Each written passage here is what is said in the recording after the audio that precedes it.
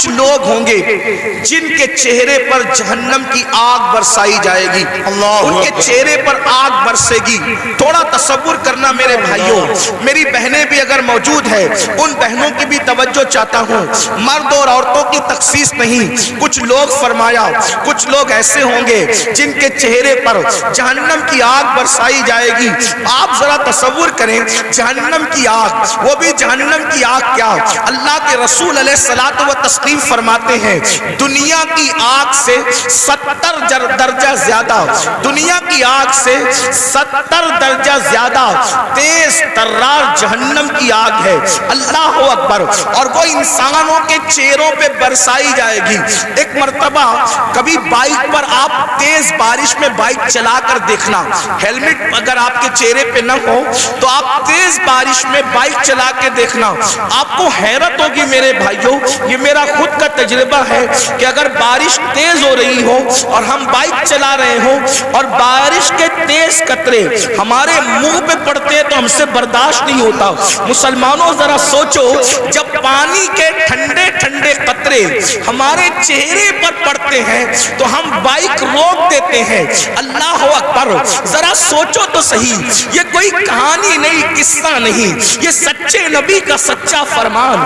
ذرا تصور تو کرو میرے بھائیوں، ذرا تصور تو کرو میری بہنوں، جو قوم اپنے چہرے پر پانی کے ٹھنڈے ٹھنڈے سکون دینے والے قطروں کی چوٹ برداشت نہ کر سکے، جب اس چہرے پر جہنم کی آگ برسے گی، اس وقت ان چہروں کا حال کیا ہوگا، اس وقت ان چہروں کی کیفیت کیا ہوگی۔ اللہ اکبر۔ اندازہ فرمائے، صحابہ کرام نے پوچھا یا رسول اللہ، جن کے چہروں پر جہنم کی آگ کی برسات ہوگی ان کا قصور کیا ہوگا، ان کا جرم کیا ہوگا؟ میرے آقا نے فرمایا، حدیث پاک کا مفہوم ہے وہ سب کی بات مانتے ہوں گے لیکن اللہ رسول کی بات نہیں مانتے ہوں گے۔ اب ذرا اس کٹھیرے میں اپنے آپ کو کھڑے کر کے سوچو، کیا ہم وہ لوگ نہیں ہیں جو سب کی مانتے ہیں لیکن اللہ رسول کی بات نہیں مانتے؟ مسلمانوں، اگر ہم اللہ اس کے رسول کی بات مان رہے ہوتے تو آج مسجدیں ویران نہ ہوتی۔ اگر ہم اللہ رسول کی بات مان رہے ہوتے تو نوجوان لڑکوں کا لڑکیوں کے ساتھ ناجائز تعلقات کا چکر نہ ہوتا۔ بڑی معذرت کے ساتھ ہمیں یہ بات کرنے میں اچھا بھی نہیں لگتا لیکن مجبور ہے، کریں کیا؟ حالات کتنے بگڑ چکے ہیں۔ 80% نوجوان لڑکے اور لڑکیاں اس بلا کے اندر گرفتار ہے، اس جرم کے اندر گرفتار ہے، اور پھر وہ اس کو گناہ بھی نہیں سمجھتے۔ لا الہ الا اللہ۔ سوچو تو صحیح، ایک تو گناہ ہے اور اس کو گناہ بھی نہیں سمجھا جاتا۔ بلکہ ایک بات اور عرض کروں معذرت کے ساتھ، دیندار لوگ بھی اس چکر سے نہیں بچ پا رہے الا ماشاءاللہ۔ وہ بھی لوگوں کو دیکھ کر کے، سیریل اور فلمیں دیکھ کر کے، داڑھی تو رکھ لی، ٹوپی تو پہن لی، اچھا کرتا تو پہن لیا، لیکن کوئی حسن سامنے سے ٹکرایا تو پھر دل قابو میں نہ رہا۔ یہ کیوں ہے پتہ ہے؟ دل میں حضور نہیں بسے، اس لیے دل کتوں کی طرح آوارہ پھر رہا ہے۔ اگر اس دل میں حضور بسے ہوتے، یاد رکھنا جملے تلخ و معاف کرنا، کچھ لوگوں کو مجھ سے شکایت ہے کہ کچھ جملے آپ کے بہت تلخ ہو جاتے ہیں، لیکن نشتر جو لگاتا ہے میرے عزیز، نشتر جو لگاتا ہے وہ دشمن نہیں ہوتا۔ اگر میں کوئی خطیب ہوتا، اگر میں کوئی خطیب ہوتا، اگر میں کوئی ادیب ہوتا، اگر کوئی محقق ہوتا تو میں جملے سجا کر کے بولتا، لیکن یہ میری تقریر نہیں، میری خطابت نہیں، یہ میرے دل کی آؤ فغاں ہے، اور آؤ فغاں سجا اور سنوار کر کے نہیں نکلتی، بلکہ جب چوٹ لگتی ہے تو پھر انداز کچھ بھی ہو سکتا ہے۔ بتاؤ، رسول اللہ کے ساتھ یہی وفا کا طریقہ ہے، حضور کے ساتھ یہی محبت کا طریقہ ہے، سب کی بات مانتے ہو، حضور کی نہیں مانتے۔ اللہ اکبر۔ اگر پولیس والے اعلان کر دیں 10 کے بعد مائک نہیں چلے گا، بولو مائک تم بند کرتے ہو کہ نہیں کرتے ہو؟ 10 کے بعد تم گھر سے نہیں نکلو گے، کرفیو لگ گیا، کوئی نکلتا ہے گھر کے باہر؟ حیرت ہے۔ اچھا کرتے ہو، پولیس کی بات سنتے ہو، مجھے اس پہ اعتراض نہیں، لیکن آپ سے پوچھتا ہوں، پولیس کی مانا اپنے نبی کی کب مانو گے؟ ڈاکٹر کی مانا اپنے نبی کی کب مانو گے؟ اگر تمہارا نام پولیس کی ڈائری میں لکھ دیا گیا جیل جانے کا خطرہ ہے تو تمہاری نیندیں اڑ جاتی ہے، اور رسول اللہ نے فرمایا جس نے جان بوجھ کر ایک وقت کی نماز چھوڑ دی اس کا نام جہنم کے دروازے پہ لکھ دیا جاتا ہے. پولیس کے رجسٹر میں نام آئے تو تمہاری نیند اڑ جاتی ہے, جبکہ کوئی بھاری بھرکم آدمی لے جاؤ تو نام کٹ سکتا ہے, رشوت دے دو تو نام کٹ سکتا ہے, دباؤ لاؤ تو نام کٹ سکتا ہے, لیکن اللہ اکبر جہنم کے دروازے پہ لکھا ہوا نام کوئی کارپوریٹر کٹوا سکتا ہے, کوئی عالم کٹوا سکتا ہے, کوئی رشوت کٹوا سکتی ہے. کون سے مسلمان ہو, تمہیں تو نیند بھی نہیں آنی چاہیے کہ ہمارا کیا ہوگا, ہمارا حشر کیا ہوگا, کہ ہمارا نام روزانہ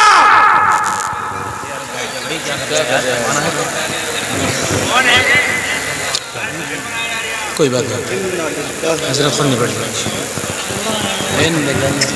کوئی بات نہیں روزانہ ایک دن میں 5 مرتبہ, ایک دن میں 5 مرتبہ ہمارا نام جہنم کے دروازے پہ لکھا جا رہا ہے. ہمارے بیٹوں کا نام جہنم کے دروازے پہ لکھا جا رہا ہے, ہماری بیٹیوں کا نام جہنم کے دروازے پہ لکھا جا رہا ہے. نیند کیسے آتی ہے آرام کی, نیند کیسے آتی ہے؟ ہنستا ہے مسلمان. یہ مولانا لوگ کا تو کام ہی ہے. مولانا کا کیا کام ہے, مولانا کی ذمہ داری ہے کیا بات حضرت, حق پیش کرے, واہ سچائی پیش کرے.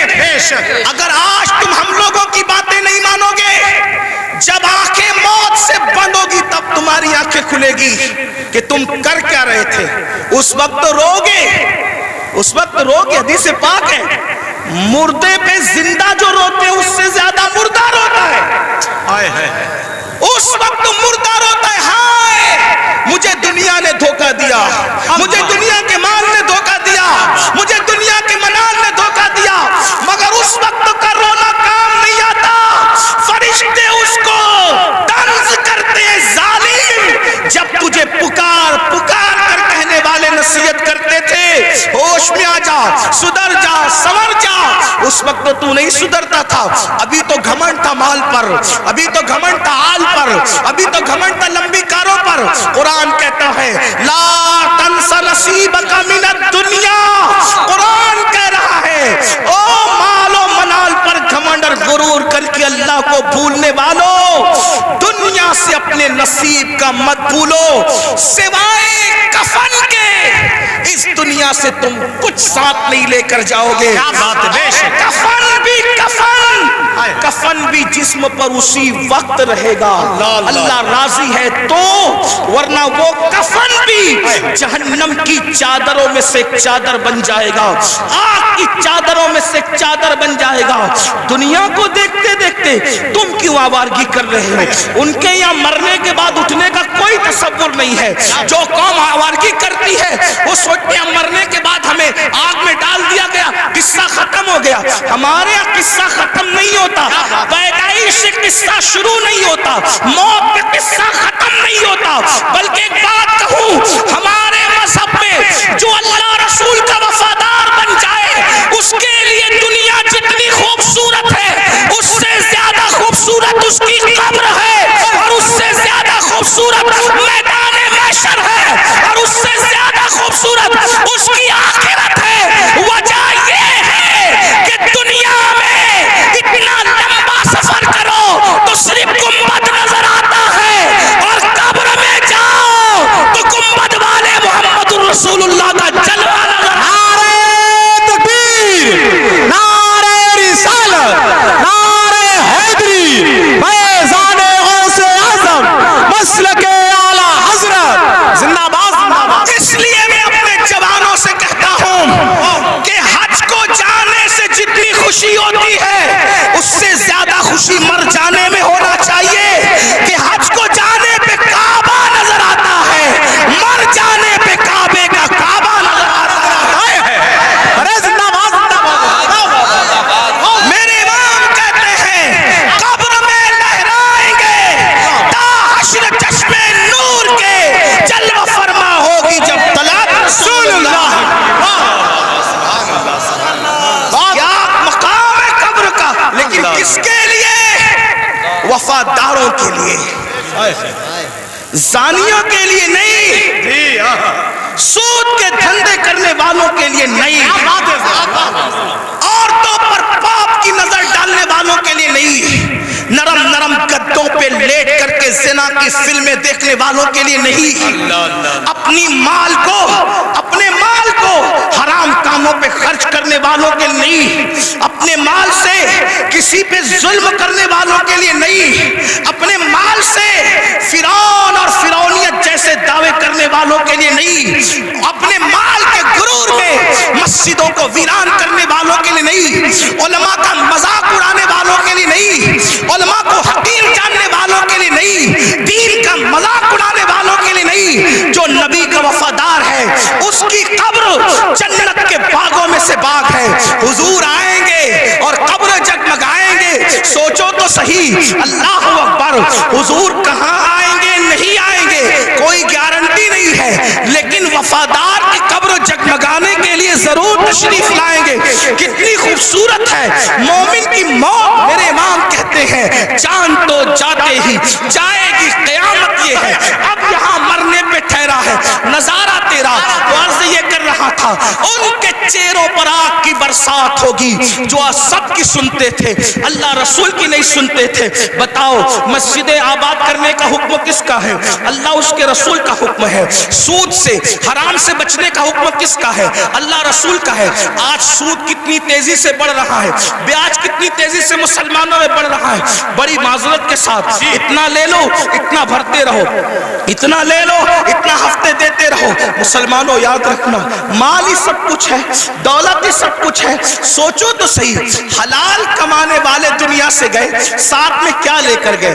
عبد الرحمن ابن عوف، سیدنا عبد الرحمن ابن عوف صحابی رسول ہے، اور کوئی معمولی صحابی نہیں، عشرہ مبشرہ میں سے ہے، اور وہ صحابی ہے جن کے پیچھے کھڑے ہو کر رسول اللہ نے نماز ادا فرمائی۔ چند خوش نصیب اصحاب وہ ہیں، چند خوش نصیب اصحاب وہ ہیں جن کو یہ شرف حاصل ہے کہ وہ نماز پڑھا رہے تھے تو ان کی امامت کی تائید میں حضور ان کے پیچھے کھڑے ہو گئے ہیں۔ وہ ان میں سے ایک عبد الرحمن ابن عوف ہے۔ سوچو تو صحیح، غور تو کریں، ایسے صحابی بہت مالدار، ان کے گھر کا سونا پھاوڑے سے کھود کر تقسیم کیا گیا، اتنے مالدار تھے عبد الرحمن ابن عوف۔ حلال کمایا نا، عبد الرحمن ابن عوف کیا لے گئے؟ حلال کما کر بھی کیا لے گئے؟ سوچو، اتنے بڑے صحابی حلال کما کے کیا لے گئے؟ لے گئے کوئی دنیا کا مال؟ تو جو حلال کمائے وہ ساتھ نہیں لے جاتا، تو جو تم حرام کما رہے ہو کیا ساتھ لے جاؤ گے؟ اور سوچتے ہو کہ حرام سے اپنے بچوں کو جو پال رہے ہو، یہ حرام کھانے والے تمہارے بچے جن کا گوشت تو حرام سے بن رہا ہے، خون حرام سے بن رہا ہے، یہ تمہارے وفادار رہیں گے؟ بتاؤ، اولاد غدار کیوں ہوتی ہے؟ آج بڑی سے بڑی اسکول میں پڑھا رہے ہو پھر بھی اولاد غدار ہے، بڑے بڑے شہروں میں بڑے بڑے کالجز میں بیٹھتے ہو پھر بھی اولاد غدار ہے۔ کیوں؟ اس لیے کہ تعلیم تو اچھی ہے، لیکن جو حرام کا خون اور حرام کا گوشت ہے وہ وفادار بننے نہیں دیتا کسی کو۔ پہلے اتنی بڑی بڑی اسکولیں نہیں تھی، اتنے بڑے بڑے کالجز نہیں تھے، لیکن اولاد ماں باپ کی وفادار ہوتی تھی، جی بے شک، ملک و ملت کی وفادار ہوتی تھی۔ بھائی اولاد کی وفاداری غذا کی بنیاد پہ ہوتی ہے، کالجز اور عمارتوں کی بنیاد پہ نہیں ہوتی، کالجز اور عمارتوں کی بنیاد پہ نہیں ہوتی۔ ایک واقعہ سنیں، بہنیں بھی موجود ہیں، ان کی توجہ چاہتا ہوں۔ آپ نے سن رکھا ہوگا حضرت ٹیپو سلطان، جی بڑا مشہور نام ہے ہندوستان میں، یہی تو اپنی پہچان ہے، ہم جیسے بہادر، ہمارے جیسا کوئی بہادر نہیں۔ جی بے شک، وجہ جن کی عقلوں پہ پتھر، جن کے مذہب میں پتھر، جن کے عقیدے میں پتھر، وہ کیا بہادر ہو سکتے ہیں؟ بہادر